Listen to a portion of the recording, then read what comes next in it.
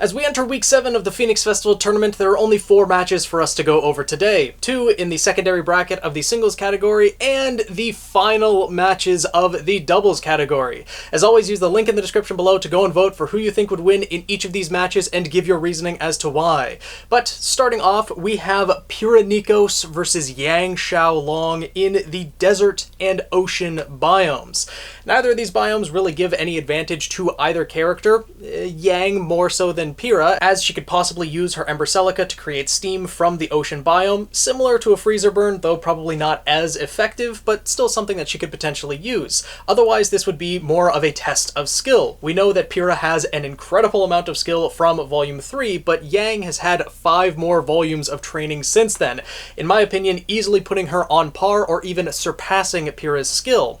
Now, Pyrrha does have her semblance of polarity, which would be able to affect Ember Celica, as well as Yang's metal arms, so that would definitely be a hindrance in this fight, but I'm going to assume that Pyrrha won't just be able to rip Yang's arm off. It is detachable, but, you know, I don't think Pyrrha would do that. That's not really something that fits with Pyrrha's fighting style, and also proper etiquette of the tournament. Ripping people's artificial limbs off, probably not going to be a factor here, I'm just going to say that much, but still, Pyrrha using her polarity, being able to pulse it, keeping Yang at a distance, would be something very effective. Now, it's not like she could really use this too much to her advantage by trying to slam Yang around the battlefield, as Yang, with her Ember Celica, could easily offset the momentum by just using the shotgun blasts of her gauntlets, and the more that Pyrrha does this, her aura would be drained, so I think Yang actually would be able to take Pyrrha in this fight. It wouldn't be an easy fight for Yang to win, and would be amazing to see, but I think through this test of skill, Yang would be able to match Pyrrha, and eventually, once it got to the point where Yang's aura was depleted, she would be able to use her semblance of burn and deal that finishing blow against Pyrrha. With that increased strength and increased power that she would have, she might be able to even just blast through Pyrrha's polarity, or force Pyrrha to expend the last of her aura trying to keep Yang at bay. I think Yang has enough, especially with the remote detonation charges, to be able to lay traps for Pyrrha even in these biomes, and honestly, I think Yang would be able to take this match by a slight margin, but still, I think Yang would end up winning. But let me know what your thoughts are through the voting and in the comments.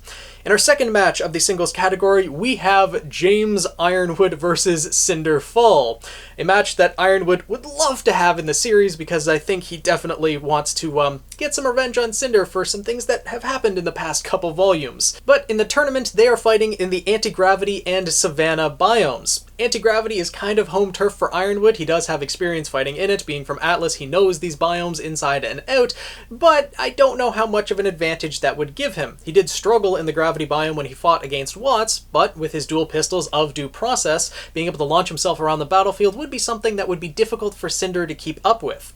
Cinder does have her long-range capabilities, the arrows of her Midnight, along with her Scorching Caress. She can cause some pretty hefty damage if she's able to land those blows against Ironwood. Ironwood would be able to dodge out of the way of them, and considering that Cinder isn't going to have her magic or her Grim Arm in this scenario, catching him would be a bit difficult for her.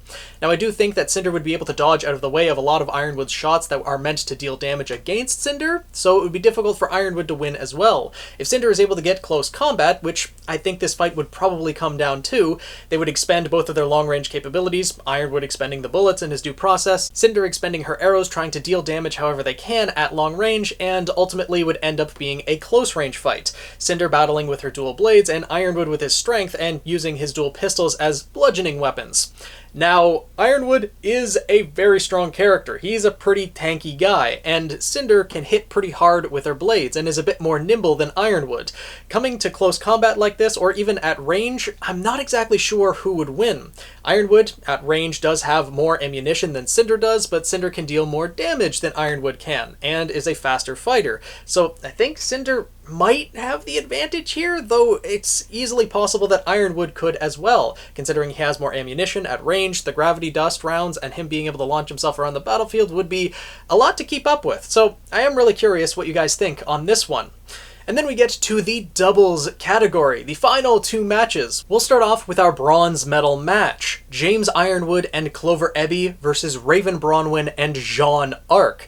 They will be fighting in the ice and urban biomes. A lot of cover in the urban biome for any character to use, but I don't know how much that would actually be a factor. Ironwood and Clover would definitely be relying on Clover's luck to be able to boost themselves and probably try to either take out Jean, making it a 2v1 against Raven, or just try to take out Raven as fast as possible, because I think that Raven, out of all four of these characters, is the most skilled at combat. She is the head of the Bronwyn tribe, and I'm definitely not counting out Ironwood and Clover's skill, but they are military leaders. Ironwood, has been behind a desk for a lot of it. He did fight a lot moving up the ranks, most likely, but in actual combat experience in recent years, probably not that much. And Clover, being the head of the Aesops, he's more used to being a police officer of sorts for Atlas, not really fighting against individuals, especially not those as skilled as Raven. Whereas Raven is a huntsman killer, so she would definitely likely have more skill than anyone else in this match. Though it wouldn't be easy for her to just take out Ironwood and Clover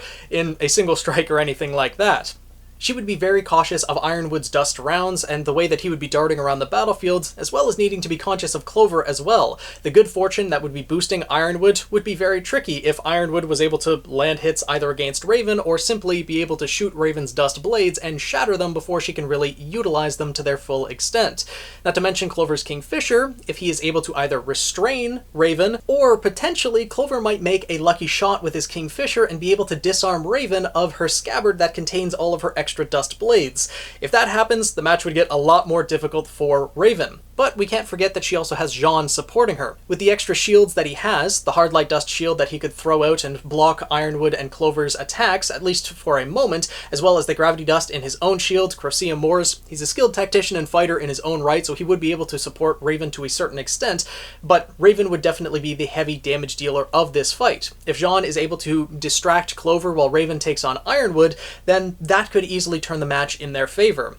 I would think that Jean and Raven would have a slight advantage if they are able to get in close to Ironwood and Clover. The problem is, their attacks aren't really accustomed for long range. Jean in particular, he fights with a sword and shield. The Gravity Dust could launch out a little bit, but it's still very short range. And Raven's dust capabilities, since they are from blades, are likely pretty short range as well. So they would need to use their strategy to their advantage, likely using the urban biome as cover to draw in Ironwood and Clover to be able to get in close combat and deal damage against them. If it gets to close range, Jean and Raven have this, but if Ironwood and Clover can keep it more long range, assuming Ironwood's ammunition can last, then they would have the advantage. I think, more often than not, Raven and Jean would probably pull out the victory, again by a slight margin, but, we'll see how things turn out through the voting.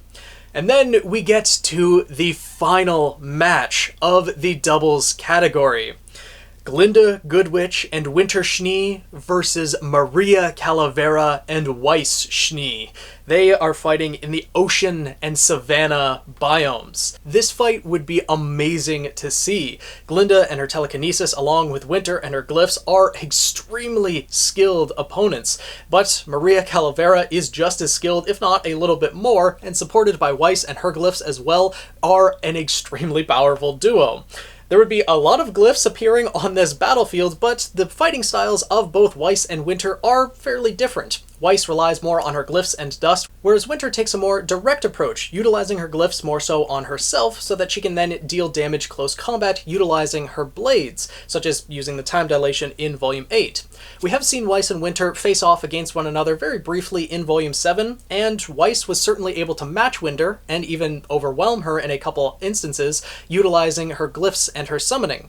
They weren't in an all-out battle, but when it came to using the subtleties of their semblances, it seems Weiss was a bit more creative when using hers versus Winter and her more strict outlook on using it, largely due to the military atmosphere that she was probably used to being in. When it comes to Glynda in this match, she doesn't really have that many solid objects that she can manipulate. In the savanna biome, there would be the odd couple of trees and rocks that she could fling at her opponents and use as weapons, but she could also possibly manipulate the water in the ocean to deal attacks that way. And in doing so, if she is able to utilize the water, then that would give Winter the opportunity to use the lightning dust Dust to possibly electrocute her opponents. We do know that Winter has Lightning Dust thanks to her using the time dilation in Volume 8, so that's a definite possibility, and something that Maria and Weiss will certainly need to look out for. Maria, though, with her preflexes, would be much better supported by Weiss than Glynda would be supported by Winter, just with the way that they are utilizing their glyphs and the fighting styles that they have. Glynda largely stands in place, whereas Winter is a more direct damage dealer, charging in on her own, and Glynda wouldn't really have much use for the glyphs, other than possibly getting some dust to be able to manipulate with her telekinesis, or possibly using them to boost her own momentum so she can run around the battlefield and not stand in place so much. But Maria, with her preflexes, would be extremely mobile utilizing these glyphs, and because of that, I think Weiss and Maria would have the advantage. With any way that I see this match breaking down, if Winter faces off against Weiss, then that would be Maria against Glynda, and I would see Glynda actually losing to Maria in that scenario. If Weiss went up against Glynda, well, Glynda would probably overwhelm Weiss, and Maria might overwhelm Winter, and then Maria would be able to go after Glynda. I think the way that Glynda and Winter would be able to win this fight is by focusing on Weiss and trying to take out Maria's support, and then focusing on Maria herself. That would be the best way for them to win, because Maria and Weiss are just a strong combination. I think they would have the advantage in this fight, but Glynda and Winter have a ton of experience and a lot of versatility with the telekinesis, the glyphs. It's an incredible match to think about, and definitely deserving to be the final match, so I really look forward to seeing what you guys all think of how this match would turn out. Who do you think would be the victor of the doubles category? Glynda and Winter, or Maria and Weiss? Let me know down in the comments below, as well as through the voting. But that is all we have for Week 7. The number of combatants are dwindling down, especially with this being the final week of the doubles category. Let me know your thoughts down in the comments below. What is your favorite match of this week? How do you think everything is going to turn out in the singles category? Who do you think is the favorite that's going to win? We'll find out in Week 8 when we get back to the winners bracket as well as the secondary bracket and see how things shape up. Hopefully you guys are enjoying the Phoenix Festival tournament as a whole, and if you want to keep up with everything going on, make sure to subscribe so that you're notified when the results go up, as well as notified when other videos get posted. Tweet me at PhoenixKnight7, and I'll see you guys in the next video.